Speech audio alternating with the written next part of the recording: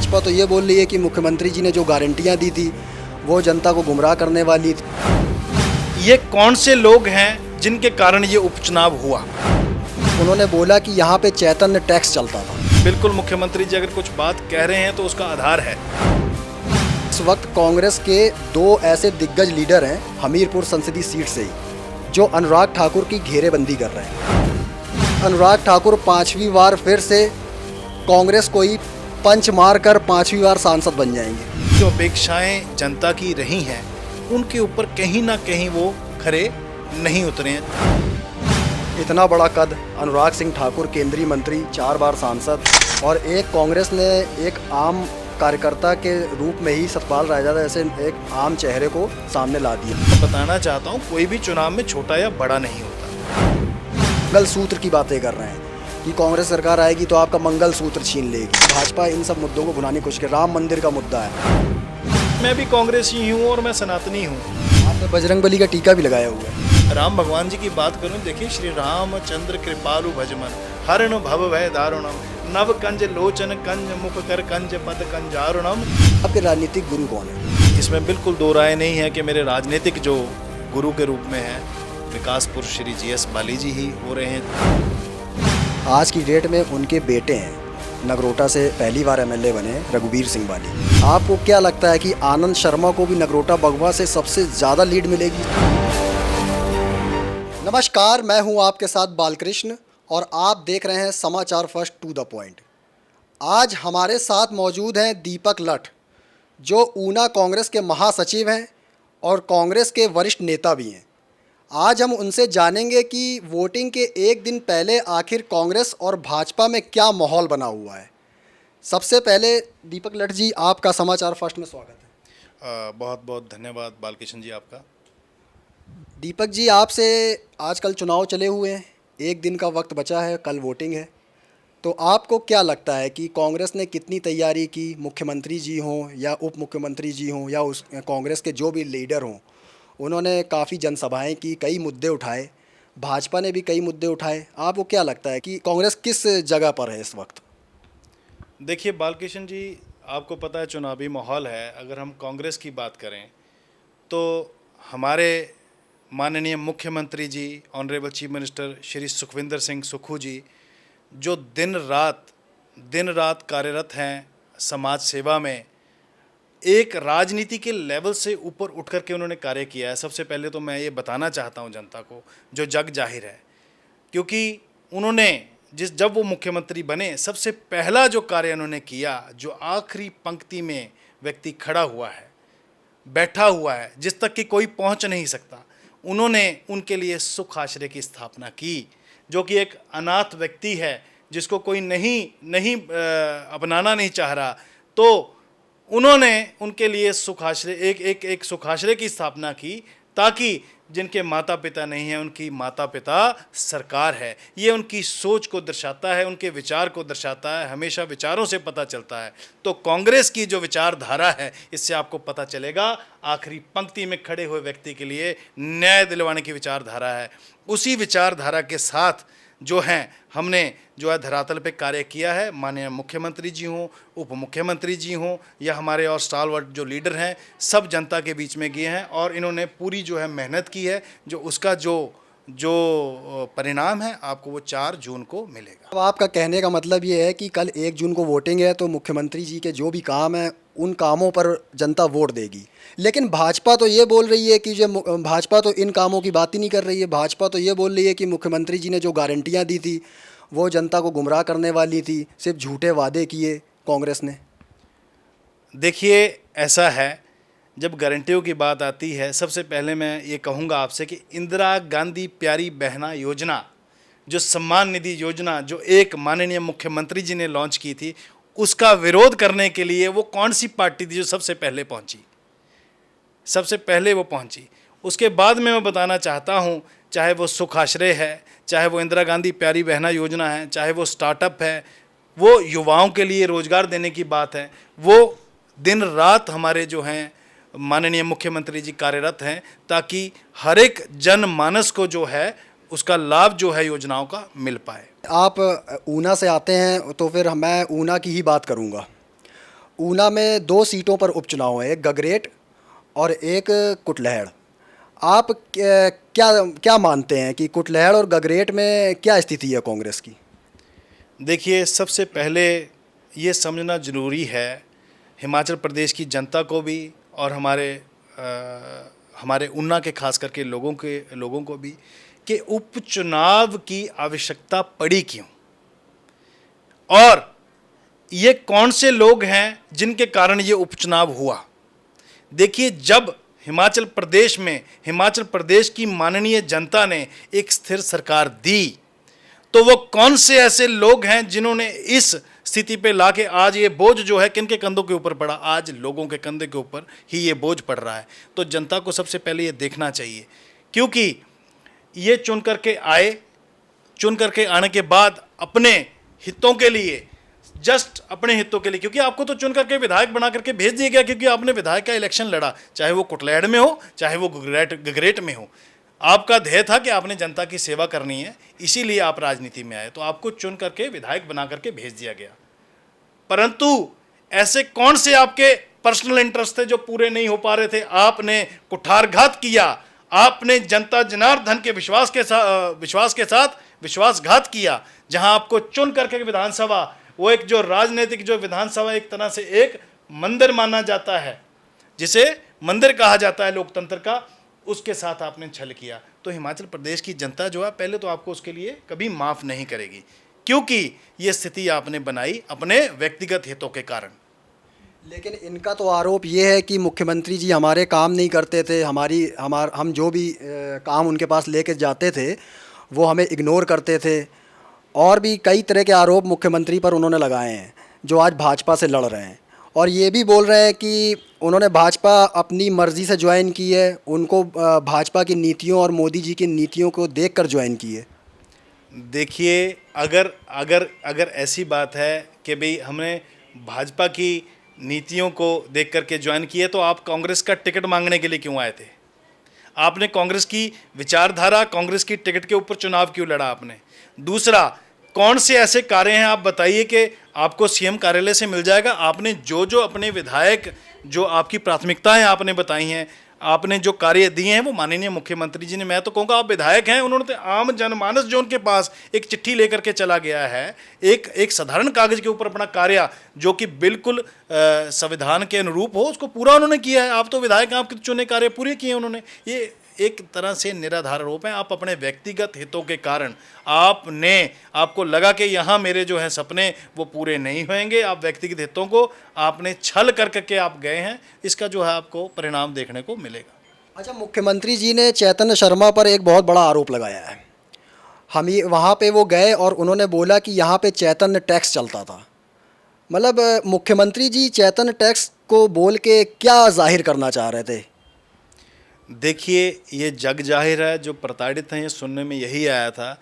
ये वो लोग हैं, पहले तो पता किया जाए कि लोग आए कहाँ से, गगरेट में आए कहाँ से, जो इनके ऊपर पहले भी आरोप लगते रहे हैं। बिल्कुल मुख्यमंत्री जी अगर कुछ बात कह रहे हैं तो उसका आधार है, ये पूरे उसमें बात है कि इन्होंने जो अंदर खाते से जो इन्होंने वसूलियाँ की हैं, है ना, जो आम जनमानस को जो प्रताड़ित किया है, जो कार्य करते थे अलग अलग तरह से, जिन्होंने जो नीतियाँ वहाँ पे जो लागू की थी, वो जो कि असंवैधानिक थी, जो इनके पिता और पुत्र तक की सीमित थी वो नीतियाँ, जिनको हम कहेंगे कि चैतन्य टैक्स के रूप में है, चाहे वो किसी और टैक्स के रूप में है, जो कि किसी तरह से बर्दाश्त नहीं की जाएंगी। इनका जो है अब जो है असली जो चेहरा है लोगों के सामने आ चुका है। दीपक जी, एक सवाल मेरा हमीरपुर संसदीय सीट से है।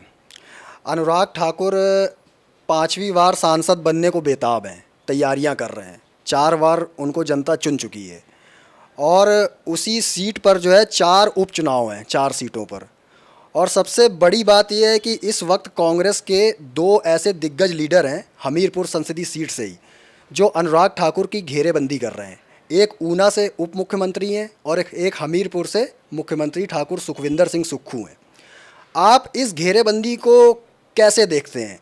क्या अनुराग ठाकुर को उप मुख्यमंत्री और मुख्यमंत्री इस चुनाव में घेर पाएंगे, या फिर अनुराग ठाकुर 5वीं बार फिर से कांग्रेस को ही पंच मार कर 5वीं बार सांसद बन जाएंगे? देखिए, बड़ा अच्छा प्रश्न है बालकृष्ण जी आपका। देखिए, सबसे पहली बात होती है जब भी चुनाव है, चुनाव होता है आपके मुद्दों के ऊपर। बड़ी खुशी होती हमेशा हिमाचल प्रदेश की जनता ने सांसद को 4 बार चुन करके भेजा, है ना। और हर बार इस अपेक्षा से भेजा कि आज हिमाचल प्रदेश के लिए कोई बड़ा प्रोजेक्ट आएगा, कोई बहुत बड़ी व्यवस्थाएं होंगी, क्योंकि बहुत बड़ा पोर्टफोलियो माननीय अनुराग जी का भी रहा है।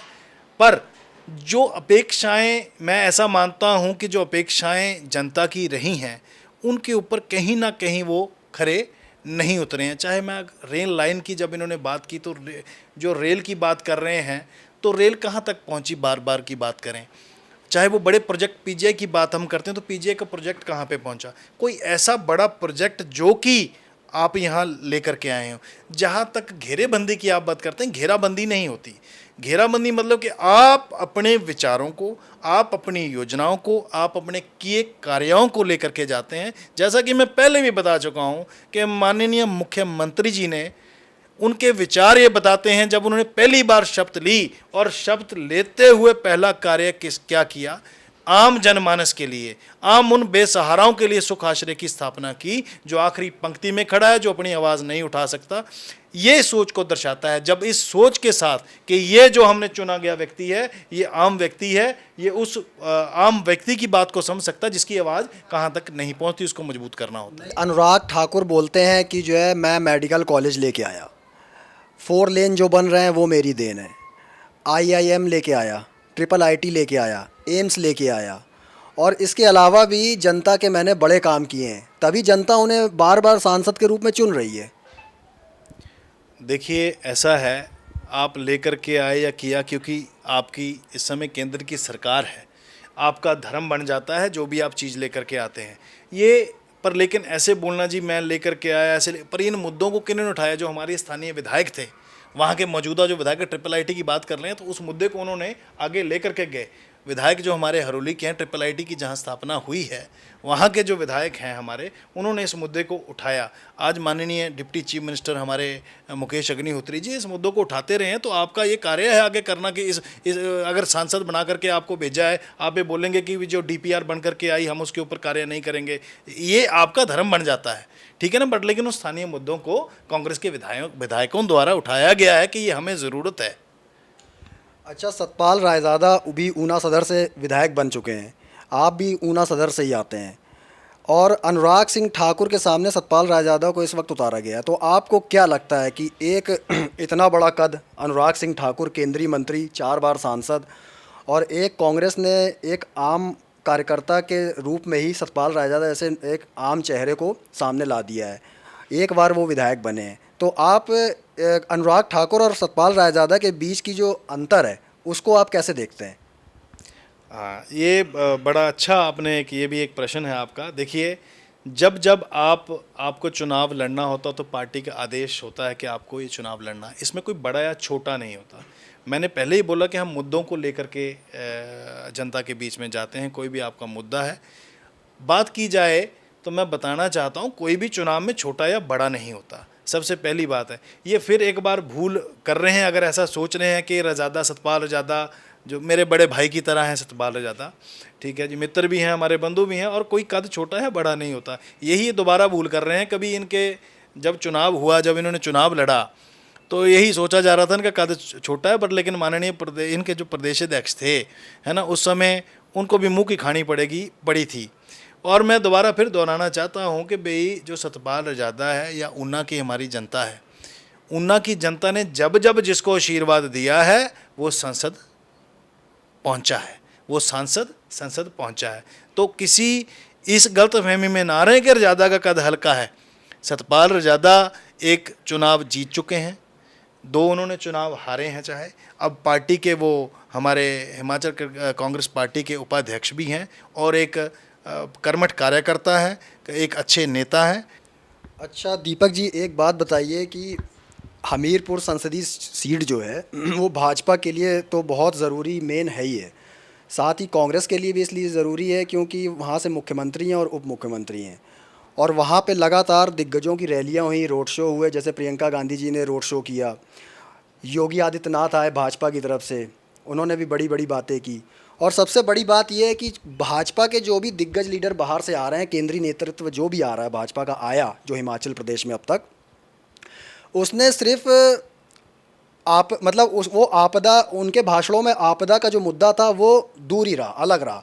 हाँ, हालांकि उनके विकास की जो बातें थी वो बातें की, उन्होंने रोड सड़क बनवाने की बातें की, सब कुछ बातें की, लेकिन आपदा का मुद्दा उनके भाषणों से दूर रहा। लेकिन योगी आदित्यनाथ उस दिन आए थे हमीरपुर, तो उन्होंने बोला, एक बात उन्होंने बोला कि जो है जब धूमल जी यहाँ पे मुख्यमंत्री थे तो उन्होंने एक नदियों का चैनल बनाया था और उस चैनल को आगे की सरकारें आगे नहीं बढ़ा पाईं, जिसकी वजह से आपदा आई।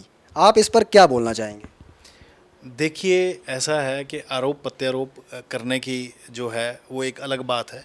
अगर कोई चैनल, देखिए धूमल जी भी एक अच्छा स्टेचर राजनीति में रहे हैं, अगर चैनल उन्होंने कोई बनाया कि क्या उसके बाद उनकी कोई सरकार ही नहीं बनी? मान लीजिए कि ये कह रहे हैं कि आरोप लगा रहे हैं कि भी हमने कार्य नहीं किया, क्या उसके बाद उनकी सरकार नहीं बनी? उस जो नहीं, धरा, जैसे आपदा का ये कारण बता रहे हैं, योगी ने बताया कि आपदा का कारण ही ये है कि धूमल जी ने नदियों के चैनल बनाने का काम किया और भी कई तरह के बड़ी बड़ी योजनाओं पर काम किया था उन्होंने, लेकिन उन कामों को जो है कांग्रेस सरकार आगे नहीं बढ़ा पा रही है। मैं वही आपको बालकृष्ण जी बताना चाह रहा हूँ थोड़ा, कि मान लीजिए कि आप आरोप लगा रहे हैं कि नहीं किया, कभी ऐसा नहीं है, क्योंकि जन कल्याणकारी नीतियां जो कांग्रेस की हमेशा रही हैं, जब भी चाहे वो किसी ने भी कोई रह गए कार्य हैं, कभी ऐसा नहीं किया कि भाई कोई प्रतिशोध की भावना से कार्य रोक दिया हो। अगर मान लेते हैं कि आप ये आरोप ये भी लगा रहे हैं, क्या उसके बाद में ऐसा तो नहीं है कि सरकार दोबारा बदली नहीं होगी, कि उनको धरातल पे आप नहीं ला सकते थे? तो किन कारणों से आप उसको अपने को जो अमली जामा आपने नहीं पहनाया, जो आपने कार्य तैयार किए थे अपने मुख्यमंत्री रहते हुए, तो आप उसको धरातल पे क्यों नहीं लेके आए? ये महज एक आरोप है। अच्छा, एक मुद्दा और गरमाया हुआ है, वो है आरक्षण का मुद्दा। भाजपा के जितने भी नेता हैं, वो चाहे केंद्रीय नेतृत्व हो या यहाँ के ही क्यों ना हो, अनुराग ठाकुर ने भी आरक्षण के बारे में बोला, जेपी नड्डा है उन्होंने भी बोला, योगी आदित्यनाथ ने भी बोला, नितिन गडकरी ने भी बोला। जितने भी भाजपा के नेता आ रहे हैं वो सिर्फ एक बात बोल रहे हैं, वो बोल रहे हैं कि कांग्रेस की सरकार अगर आएगी तो SC ST OBC आरक्षण को छीन के मुस्लिमों को आरक्षण दे देगी। और जो चीज़ कांग्रेस ने पहले की भी थी, मुस्लिमों को OBC वाला आरक्षण कांग्रेस सरकार ने दिया था। आप इस पर क्या कहना चाहेंगे? आपको क्या लगता है कि आरक्षण का मुद्दा हिमाचल में चलेगा? देखिए, सबसे पहली बात कि कांग्रेस सरकार, चाहे कांग्रेस विचारधारा हमारी, कभी भी जातिवाद से जो है प्रभावित होकर के राजनीति नहीं करती। और हमारा भारत देश जो है वो धार्मिक सहनशीलताओं वाला देश है। आप लगभग पिछला इतिहास उठा के देख रहे हैं, कितने ही लोग यहाँ पे, कितने धर्मों के लोग रह रहे हैं और कितने ही यहाँ जातियों के लोग रह रहे हैं। जबकि ये जो, अगर हम बात करें आरक्षण की बात करें, ऐसा करें कि बिल्कुल हम जो है समानता के ऊपर, जो समानता हमारा सबसे, अगर समानता है तब न्याय है, तो इसके मेरे को लगता है कि हम इन मुद्दों के साथ हम चुनाव नहीं लड़ते कि जातिवाद को बढ़ावा दिया जाए या आरक्षण को बढ़ावा दिया जाए। ना ही ऐसी कांग्रेस की विचारधारा, ना ही कांग्रेस की ऐसी सोच है। अच्छा, कांग्रेस तो अपनी गारंटियों पर चुनाव लड़ रही है यहाँ पे। जैसे मुख्यमंत्री जी बोल रहे हैं कि हमने OPS दिए, सबसे बड़ा मुद्दा उनका वो है। दूसरी गारंटी ये है कि 1500 रुपये भी आने शुरू हो गए थे, लेकिन भाजपा ने चलो वहाँ पे जाके चुनाव आयोग में शिकायत की, जिसकी वजह से अभी कुछ दिन के लिए रुक गया है। लेकिन 3000 रुपये जो है वो 4 तारीख के बाद आने शुरू हो जाएंगे। और दूसरी तरफ मुद्दा ये है कि कांग्रेस ये बोल रही है कि अग्निवीर का मुद्दा है यहाँ हिमाचल में, कि अगर हमारी केंद्र में सरकार बनेगी तो हम अग्निवीर सबसे पहले बंद करेंगे। GST का मुद्दा है कि GST जो अलग अलग तरह के कर लगाए हुए हैं भाजपा ने, महंगाई बढ़ी हुई है उसकी वजह से रोज़गार नहीं मिल रहा है, उन पर भी हम विचार करेंगे और उनको भी कम करने की कोशिश करेंगे। आप इस पर क्या, आपको क्या लगता है कि हिमाचल की जनता अग्निवीर मुद्दे को मुद्दा मानती है? हिमाचल की जनता क्या कांग्रेस की जो गारंटियां हैं, जैसे प्रियंका गांधी जी आई, वो ये बोल रही हैं कि इस वक्त भाजपा और प्रधानमंत्री मोदी जी अनाप शनाप बातें कर रहे हैं, अनाप शनाप बयान दे रहे हैं, मंगल सूत्र की बातें कर रहे हैं कि कांग्रेस सरकार आएगी तो आपका मंगल सूत्र छीन लेगी। पाकिस्तान की बात कर रहे हैं कि पाकिस्तान आज क्या से क्या हो गया है और भारत कहाँ से कहाँ पहुँच गया है, 5 ट्रिलियन इकनॉमी की बात कर रहे हैं। आपको क्या लगता है कि हिमाचल प्रदेश इन सब मुद्दों पर वोट देगा? हाँ, देश की बात है, देश की बात है तो वो कांग्रेस भी बोलती है कि हम देश के साथ हैं, भाजपा भी बोलती है, लेकिन इन मुद्दों का कितना असर पड़ेगा, जो भाजपा इन सब मुद्दों को भुनाने की कोशिश कर, राम मंदिर का मुद्दा है, कांग्रेस की तुलना योगी आदित्यनाथ ने औरंगजेब से की है, आपको क्या लगता है? देखिए, आप जब बात करते हैं कि जी आपने बात की कि आरोप ऐसे एक एक एक सीमा होती है एक बोलने की, ठीक है, पर लेकिन आज अगर ये स्तर है कि मंगलसूत्र जैसे आप छीन लिया जाएगा। आप कांग्रेस की पृष्ठभूमि देखिए कि हमारी वो हमारे हमारे माननीय जो हमारे माननीय प्रधानमंत्री श्रीमती इंदिरा गांधी जी वो लेडी थे जिन्होंने अपना सोना उतार करके भी देश के लिए समर्पित कर दिया जब हमारे ऊपर कोई कठिन घड़ी आन पड़ी। क्या ये वो लोग हैं जो मंगलसूत्र छीन लेंगे आपसे? ऐसा ऐसा ऐसा ऐसा बिल्कुल भी नहीं है। आप योगी आदित्यनाथ जी की बात कर रहे हैं कि श्री राम जी की मंदिर जी की बात कर रहे हैं, वो यहाँ आके कह रहे हैं, तो मेरे को बताइए कि मैं भी कांग्रेसी हूँ और मैं सनातनी हूँ और मैं 2 समय संध्या बंदन करने वाला मैं ब्राह्मण हूँ। आपने बजरंगबली का टीका भी लगाया हुआ है। देखिए, मैं वही कहता हूँ कि अगर आप बात करेंगे श्री राम जी की, तो देखिए कि मैं ऐसा बंदा हूँ कि पहले श्री राम जी का ऐसा कोई दिन नहीं है मेरा कि जब मैं रामचरितमानस ना हो या राम भगवान का नाम ना हो। देखिए, मैं अभी बता देता हूँ कि ऐसा नहीं कि कांग्रेसी सनातनी नहीं है, कि कांग्रेसी हिंदू नहीं है। सनातन में हम हैं, हमारा देश है, हम सब यहाँ रहते हैं और धार्मिक सहनशीलता वाला देश है। राम भगवान जी की बात करूँ, देखिए, श्री रामचंद्र कृपालु भजमन हरण भव भय दारुणम नव कंज लोचन कंज मुख कर कंज पद कंजारुणम कंद्रप गणित अमित छवि नव नील नीरद सुंदरम पटपीत मन हो तड़ित रुचि शुचि नौमि जनक सुतावरम भजु दीन बंधु दिनेश दानव दैत्य वंश निकंदनम रघुनंद आनंद कंद कौशल चंद दशरथ नंदनम। तो ऐसा कोई दिन नहीं है कि हम रामचरितमानस नहीं करते, कोई ऐसा दिन नहीं है कि हम हनुमान चालीसा नहीं करते। मेरा दिन तो खैर नहीं जाता है। तो ऐसे बरगलाना कि भी आप सनातनी विरोधी हैं कि हमारा जो हिंदू भाई है वो खतरे में चला गया है, वो कब खतरे में गया? 70 सालों से खतरे में नहीं गया कभी। तो ऐसी जो है, ऐसे बरगलाना हम कहते हैं। अच्छा दीपक जी, कांगड़ा की सीट है, एक तरफ कांग्रेस ने दिग्गज लीडर को उतारा है, आनंद शर्मा, जो कई बार राज्यसभा सांसद रहे, केंद्रीय मंत्री रहे, बड़े बड़े पदों पर रहे, और दूसरी तरफ भाजपा के जो प्रत्याशी हैं डॉक्टर राजीव भारद्वाज, भाजपा भी उनको ये बोल रही है कि वो एक आम कार्यकर्ता हैं, ज़मीन से जुड़े कार्यकर्ता हैं, मतलब एक सिंपल कार्यकर्ता हैं जिनको पार्टी ने टिकट दिया है और मैदान में उतारा है। और वो खुद भी बोल रहे हैं कि मैं एक आम कार्यकर्ता हूँ, मैं मोदी जी की नीतियों को आगे ले जाने वाला कार्यकर्ता हूँ, मेरे को आप वोट दो, हर तरह का विकास होगा। जैसे देश भर में मोदी जी विकास कर रहे हैं, वैसे हिमाचल में कांगड़ा का भी विकास होगा। तो वहीं दूसरी ओर आनंद शर्मा अपने जो पिछले काम हैं जो उन्होंने हिमाचल के लिए किए हैं वो गिना रहे हैं, जैसे चाहे पहला पासपोर्ट ऑफिस लाना हो हिमाचल में, फिर चाहे ये टी गार्डन की बात हो या निफ्ट की बात हो। आनंद शर्मा ऐसी कई तरह की योजनाएं बता रहे हैं जो मैं पहले कर चुका हूं। तो आप आनंद शर्मा और राजीव भारद्वाज के बीच का अंतर कैसे देखते हैं? एक तरफ दिग्गज लीडर जो कांग्रेस खुद मान रही है कि हमने अपने दिग्गज लीडर को उतारा है, और दूसरी तरफ वो आम कार्यकर्ता के तौर पर मैदान में जनता से वोट मांग रहे हैं डॉक्टर राजीव भारद्वाज। आप दोनों की टक्कर को कैसे देखते हैं?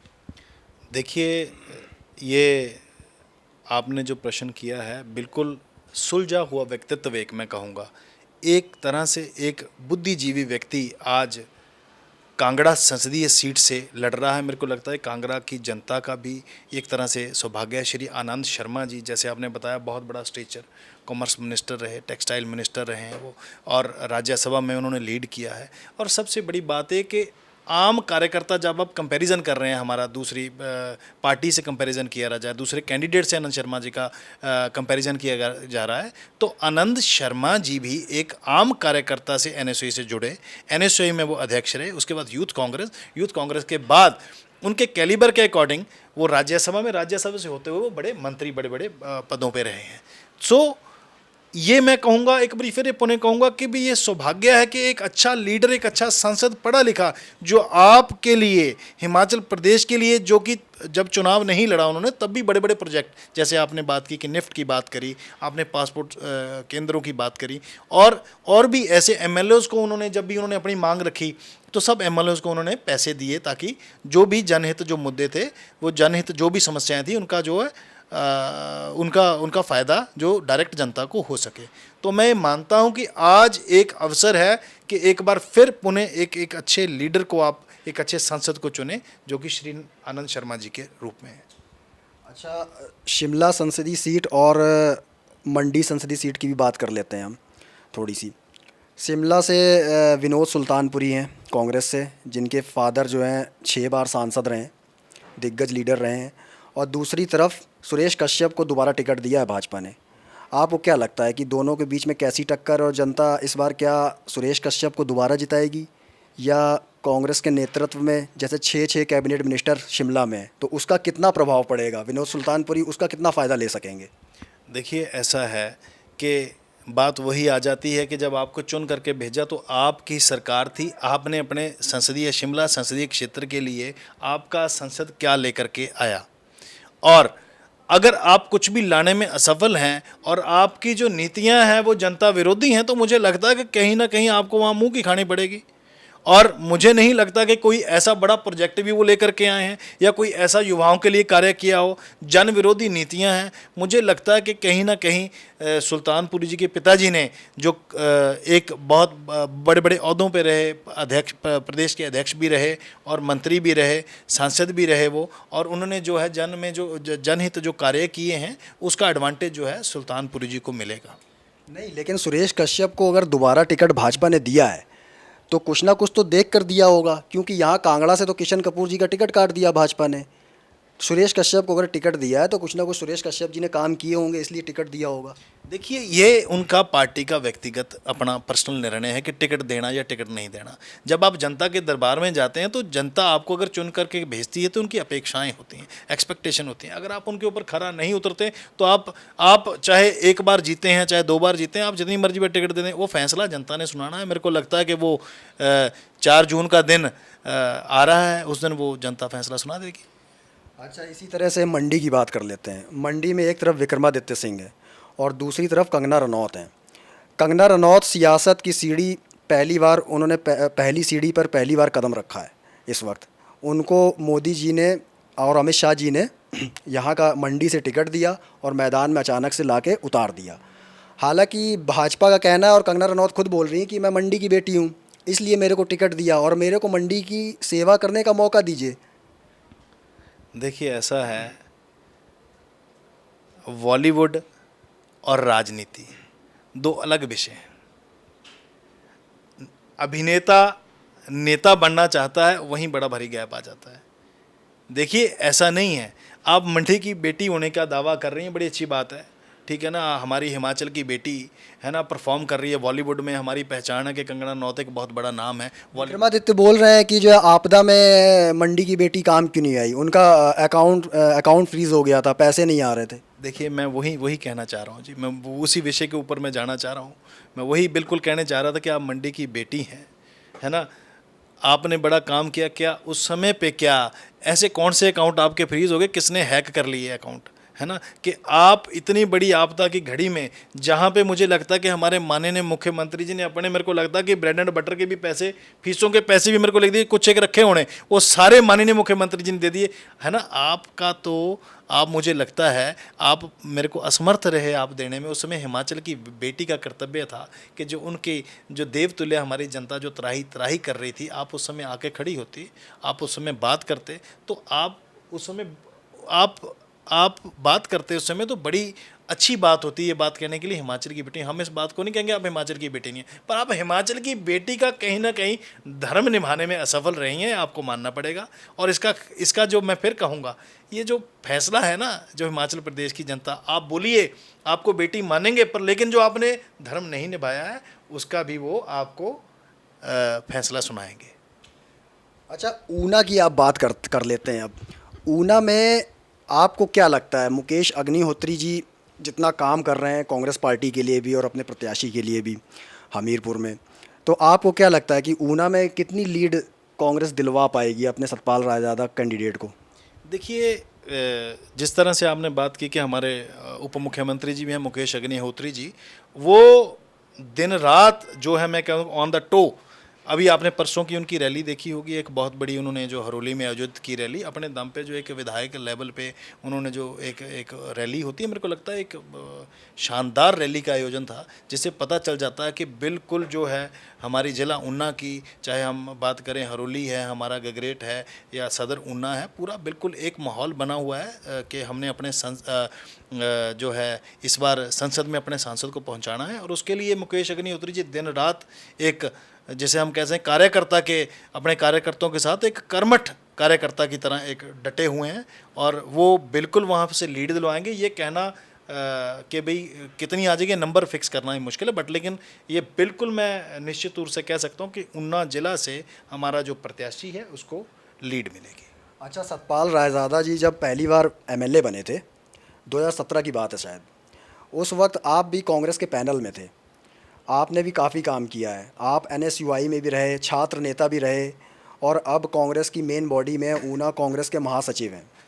तो आपका क्या मानना है कि सतपाल रायज़ादा को आप कितना वहाँ पे आप भी मजबूत कर पाएंगे, और कांग्रेस पार्टी वहाँ मेन ऊना में कितनी मजबूत है? क्योंकि भाजपा के भी कई लोग हैं, जैसे सतपाल सिंह सत्ती हैं, या और भी जो भाजपा के दिग्गज लीडर हैं वहाँ, वो भी अपना जोर लगाए हुए हैं वहाँ पे। अनुराग ठाकुर भी बार बार दौरे कर रहे हैं। तो आप अपने बारे में भी बताइए, और ये बताइए कि आपका क्या इतिहास रहा है, आपने ऊना में क्या काम किया है, और सतपाल रायज़ादा को भी आप कैसे आगे बढ़ा पाएंगे और उनको जीत दिला पाएंगे? देखिए, हमारा जो है कांग्रेस के लिए थोड़ा हमारा पारिवारिक रूप से भी था, पर एनएसयूआई में हम जब महाविद्यालय में जब एनएसयूआई से हम जुड़े, मुख्य धारा में जब हम आए, एनएसयूआई भट्टी से निकल करके हमने अपना राजनीतिक करियर शुरू किया, विद्यार्थी जो जीवन हमारा था। और उसके बाद में प्रधान रहे, हम एससीए के भी प्रधान रहे, जिला के महासचिव एनएसयूआई के रहे, यूथ कांग्रेस में कार्य किया। उसके बाद में इन सब को देखते हुए आगे हम कांग्रेस से जुड़े हुए हैं, और 17 के पैनल में भी हम, जो हमारा कांग्रेस पार्टी का था, उसमें हम रहे। और जहाँ तक बात है, आप बात कर रहे हैं कि भाई हमने ये जो इनका है सतपाल रायज़ादा जी की बात कर रहे हैं, एक कर्मठ हैं, जुझारू हैं, और बिल्कुल जो हमारा सहयोग इनके साथ हमेशा रहा है। और अब इस बार भी जो है हमारे जो हिस्से, जो भी ड्यूटी है, जो कार्य हैं, हम उसको बखूबी कर रहे हैं, और बिल्कुल अपने जो लोगों के साथ संपर्क में हैं, ताकि हम ज़्यादा से ज़्यादा जो है अपने उम्मीदवार को जो है लीड दिलवा पाएँ।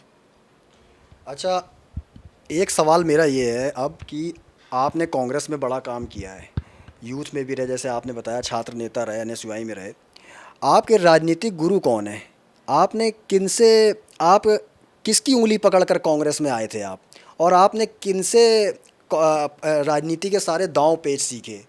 किसके साथ मेहनत की? किसके साथ, जैसे होता है ना एक कि एक नया स्टूडेंट होता है, वो आता है तो कोई उसका कोई ना कोई गुरु होता है, तो राजनीति में भी कोई ना कोई गुरु होता है। तो आपके राजनीतिक गुरु कौन है?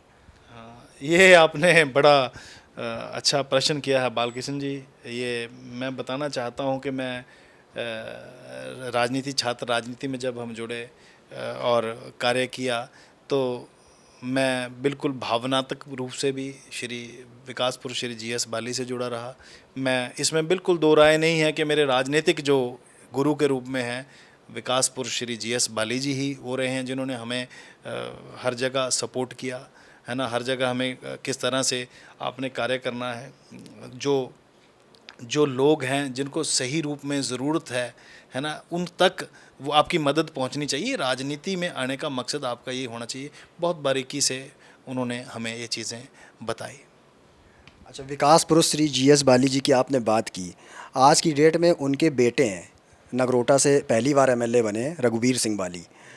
तो वो पहली बार चुनाव लड़े, और पहली बार में ही इतनी ज़्यादा लीड लेके, वोट लेके सचिवालय पहुँचे, विधायक बने।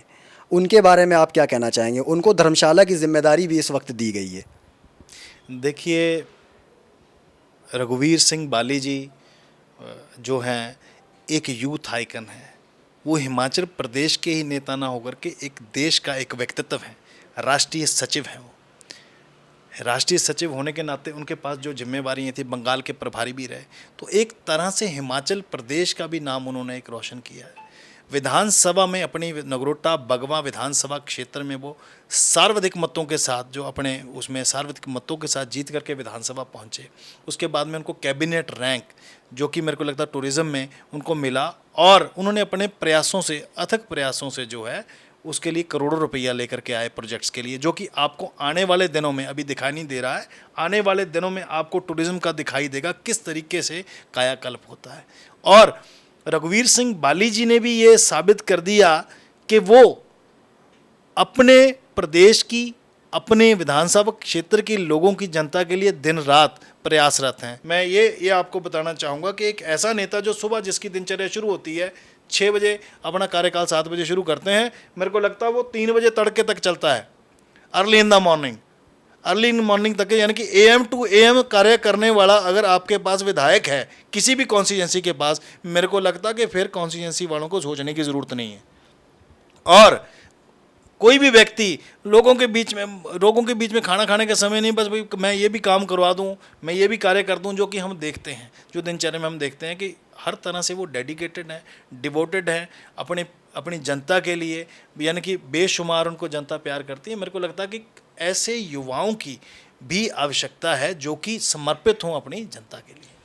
आपको क्या लगता है कि रघुवीर सिंह बाली जिस तरह से सबसे ज़्यादा वोट लेकर नगरोटा बगवा में विधायक बने पहली बार, आपको क्या लगता है कि आनंद शर्मा को भी नगरोटा बगवा से सबसे ज़्यादा लीड मिलेगी, सबसे ज़्यादा वोट मिलेंगे?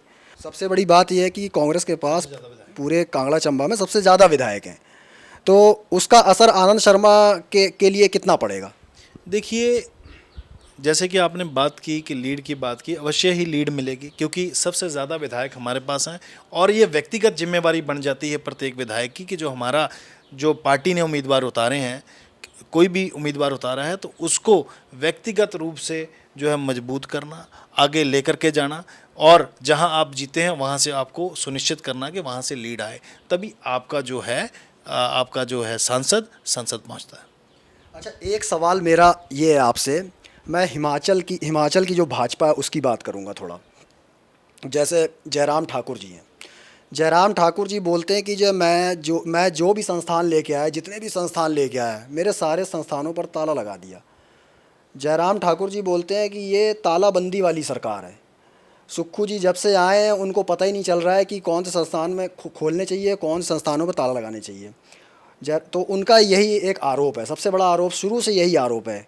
तो आप इस पर क्या बोलना चाहेंगे? देखिए, ऐसा है कि अगर आप नॉन प्रॉफिटेबल कोई भी संस्था खोल देंगे, है ना, जिसका कोई जस्टिफिकेशन ही नहीं है, मान लीजिए एक तरह से वो आर्थिक बोझ बढ़ाता है सरकार के ऊपर, है ना, तो उसको मेरे को लगता है ताला लगा देना ही बेहतर है ना। अगर आपको लगता है कि प्रॉफिटेबल है, बिल्कुल, अगर आप कोई, मान लीजिए इसका उदाहरण मैं प्रस्तुत करता हूँ, एक स्कूल आप खोल रहे हैं, अगर आपने एक बच्चे के लिए एक स्कूल खोल दिया और उसके ऊपर आप कितना पैसा खर्च कर रहे हैं, उसके ऊपर कितना बजट आ रहा है, एक स्कूल बनाने के लिए करोड़ों का बजट है, वहाँ पे आपको डिप्यूट टीचर भी करने पड़ेंगे, वहाँ पे आपको पूरा इंफ्रास्ट्रक्चर भी बनाना पड़ेगा। तो क्या आप वो एक बच्चे के लिए बना रहे हैं, 2 बच्चों के लिए बना रहे हैं, 10 बच्चों के लिए बना रहे हैं? इसके विपरीत बजाय आप वहाँ उनके लिए हायर करिए, अच्छा ट्रांसपोर्टेशन हायर करिए, और उनको एक एडजॉइनिंग जो साथ लगता स्कूल है वहाँ पे लेकर के आइए। ये तो आपका वाइस डिसीजन हुआ। पर मान लीजिए कि अगर आपने भाई जस्ट बनाना है जी, मैंने कुछ भी बना करके, एक इंफ्रा बना करके, इसको जंग लगता रहे, इसके जो है ये एक इमारत खड़ी होगी, यहाँ कुछ नहीं होगा, तो वो तो एक तरह से आर्थिक बोझ है, उसको ताला लगा देना ही बेहतर है, और उस स्टाफ को कहीं और यूज़ करना चाहिए। तो उस दिशा में माननीय मुख्यमंत्री जी अगर ताला लगा रहे हैं, अगर तालाबंदी कर रहे हैं, तो मतलब आपने कुछ सही नहीं किया, तब ताले लगाने की ज़रूरत पड़ी है। चलिए, ये तो हिमाचल की राजनीति की बात हो गई। अब कल 1 तारीख है, वोटिंग है। वोटिंग से पहले आप जनता को क्या संदेश देना चाहेंगे, कि मतलब आप क्या बताना चाहेंगे जनता को कि क्या सोच कर वोट दें इस बार? देखिए बालकृष्ण जी, वोट हर किसी का अपना अपना अधिकार है। व्यक्ति अपनी सोच के साथ, अपनी समझ के साथ, क्योंकि आज जो 21वीं सदी जो हमारी चली हुई है, उसमें जो है हमारा हाईटेक युवा है, बिल्कुल अत्यधिक सोच के साथ है। ऐसा नहीं है कि किसी को किसी के वोट के लिए वर्गलाया जा सकता है। पर लेकिन मैं एक बात ज़रूर कहूँगा, जो मैं कहना चाहता हूँ, कि आपने बहुत से मुख्यमंत्री देखे, बहुत से बने होने, माननीय सुखविंदर सिंह सुक्खू जी की सोच व्यक्ति की कब पता चलती है आपको? सोच व्यक्ति के शब्दों से, व्यक्ति के विचारों से पता चलती है, जब वो अपने विचार को एक्शन में लाता है। मैंने पहले भी आपसे बात की जब इस बातचीत में, कि पहली बार मुख्यमंत्री जब वो बने तो सबसे पहला निर्णय उन्होंने सुख आश्रय की स्थापना उन अनाथ बच्चों के लिए की, उन बच्चों के लिए की जिनका कोई सहारा नहीं था, कि जिनका कोई सहारा नहीं उसका सुखू सरकार जो है सहारा है। तो ये सोच को, इस विचार को दर्शाता है कि आखिरी पंक्ति में जो व्यक्ति बिल्कुल निर्बल है उसको हमने सशक्त करना है, उसको हमने बिल्कुल मजबूत करना है, उसका सहारा बनना है। ये विचार है जो आपके एक्शन को दर्शाता है, जो बताता है लोक कल्याणकारी नीतियाँ लोगों के लिए होती हैं, उन आम लोगों के लिए जिन्होंने आपको चुन करके बनाया है। तो मेरा यही निवेदन रहेगा कि ऐसी स्थिर सरकार को, बिल्कुल स्थिर जो है हमारी सरकार, उसको बिल्कुल मजबूती प्रदान करें और कांग्रेस के हित में आपको मतदान करें, क्योंकि ये वो सरकार है जो बिल्कुल उदारवादी जन कल्याणकारी नीतियाँ, चाहे आप पिछला इतिहास उठा करके देखें, जनता के लिए लेकर के आई हैं और जनता की भलाई के लिए हमेशा कार्य किया है। चलिए, ये थे दीपक लठ जी, जिनसे हमने बात की कांग्रेस के बारे में, भाजपा के बारे में भी बात की, ख़ास तौर से ऊना सदर के बारे में बात की, क्योंकि इनका घर भी वहीं पे है और इन्होंने राजनीति भी वहीं से शुरू की थी। चलिए, अब देखते हैं कल वोटिंग है, क्या होता है, जनता किसको कुर्सी पर बैठाती है और किसको हार का सामना करना पड़ता है। आप देखते रहिए समाचार फर्स्ट, टू द पॉइंट। फिर आपको मिलेंगे किसी ना किसी एक नई शख्सियत के साथ। धन्यवाद।